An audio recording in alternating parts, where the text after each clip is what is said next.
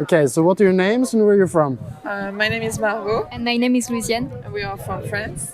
So what do you think networks like this one is so important?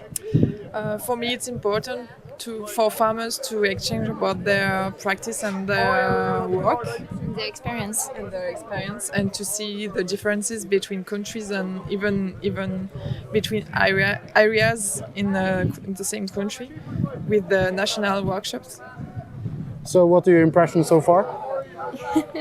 I think they're happy to be here.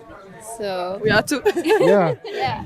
And yeah, we are excited to see the next days and the visit this afternoon. And Norwegian farms for the following days. Great, thank you.